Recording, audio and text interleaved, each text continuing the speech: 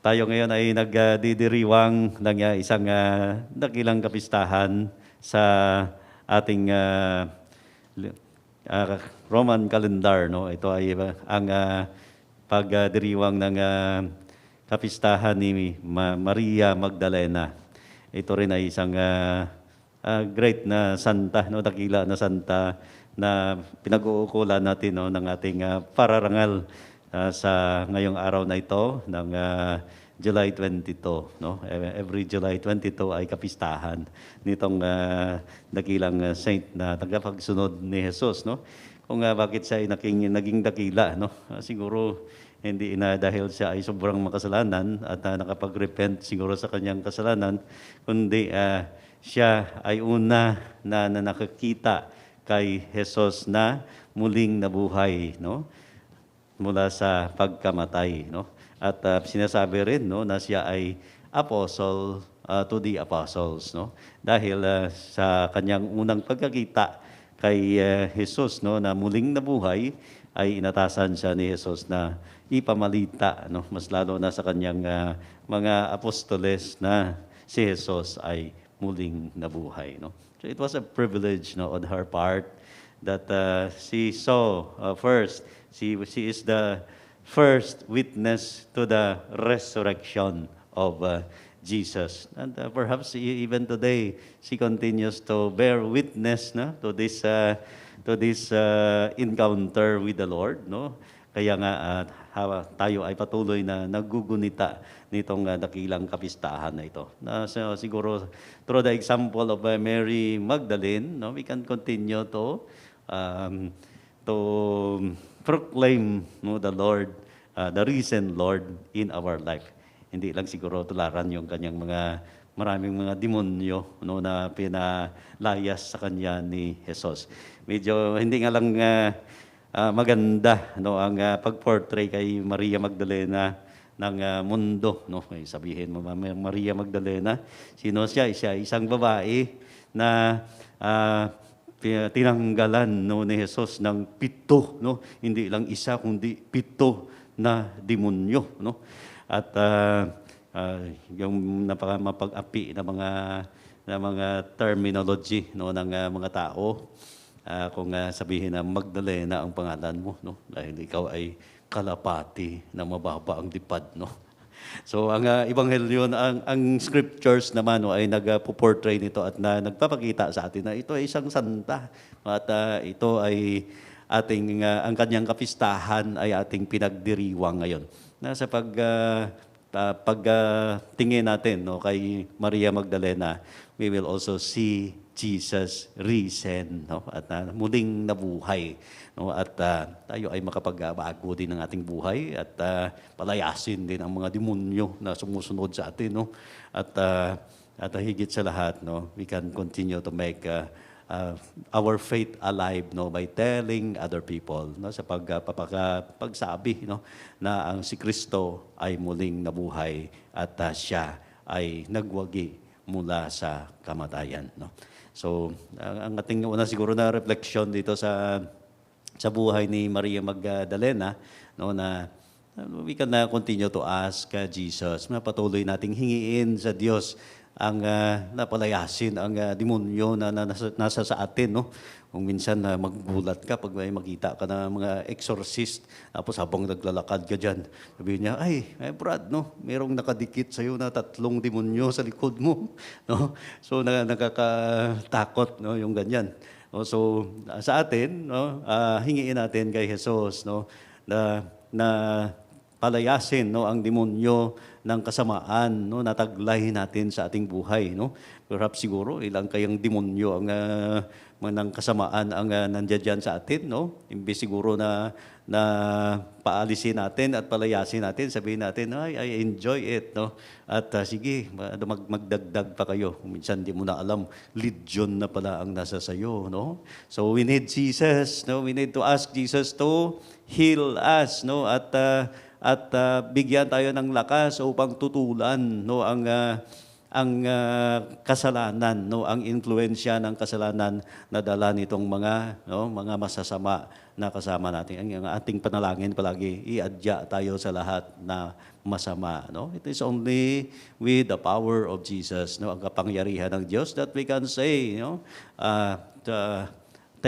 get away, no? Get behind me, Satan, no? Because I love Jesus, I want to follow Him in this life. Siya ang gusto kong sundin sa aking buhay, no? At hindi ang kasamaan o kaya influensya. So we ask Jesus, no, to make us to strengthen our life once again, and because of that we will continue to bear witness to Jesus in this life. Na patuloy nating isinisiwalat, no, ang kabutihan imbis ang kasamaan, no, ang kabutihan na dulot ng pagkakita natin kay Jesus na muling nabuhay mula sa pagkamatay at ang victory, no, na kanyang nawagi, no, because of His power over sin and death, because of His resurrection. So magpakabait tayo, ibig sabihin niya, no? Sundin natin ang Diyos at higit sa lahat, no, mahalin ang Diyos sa ating buhay. That's the best way for us to combat evil in this world at its influence in our life, no? Huwag na nating dagdagan pa ang demonyo na nakadikit sa atin, kundi palayasin at tulungan ang ibang mga tao upang tutulan din ang kasamaan sa ating buhay, no? Sa ating mundo. And secondly, siguro ang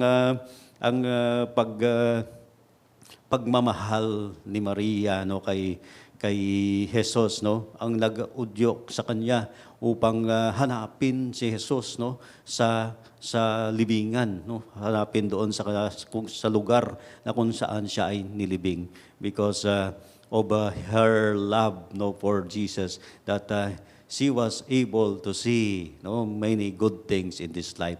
Nakita niya ang Diyos na muling nabuhay dahil siya ay naghahanap ng Diyos, no, sa kanyang buhay. Hinahanap niya si Kristo. And ang example na binigay sa kanya ni Kristo, no, wag mong hanapin ang Diyos sa lugar ng mga patay, kundi sa mga buhay, no?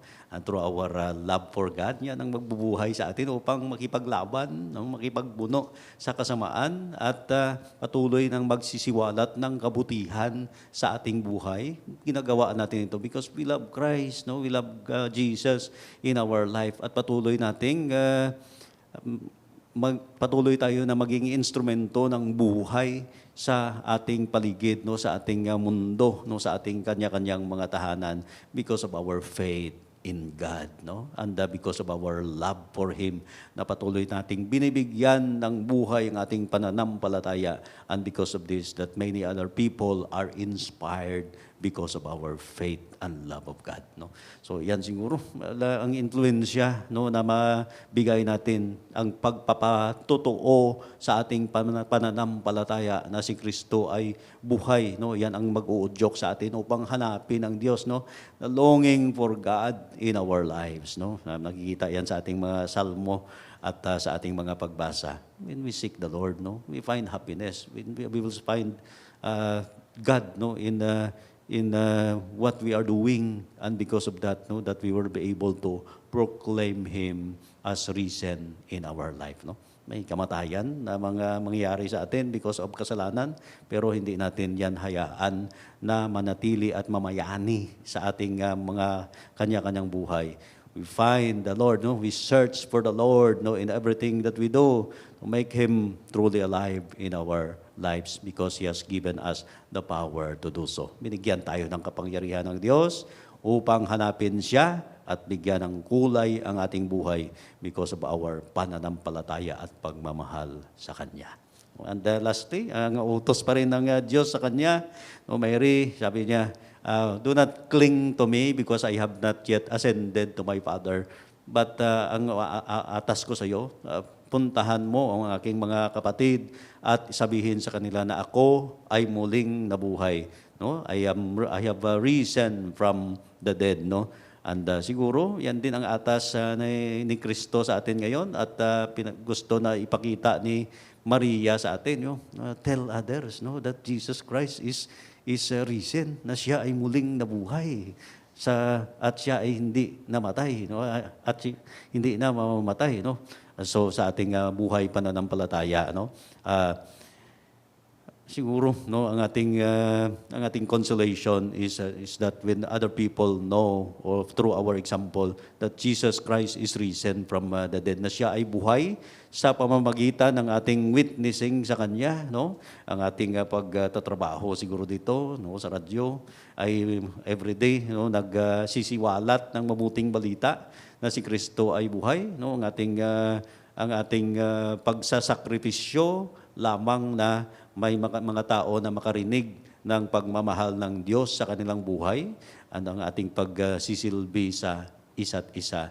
That is telling them no na si Kristo ay muling nabuhay at buhay na buhay ngayon at patuloy na nag-share ng kanyang victory over sin and death.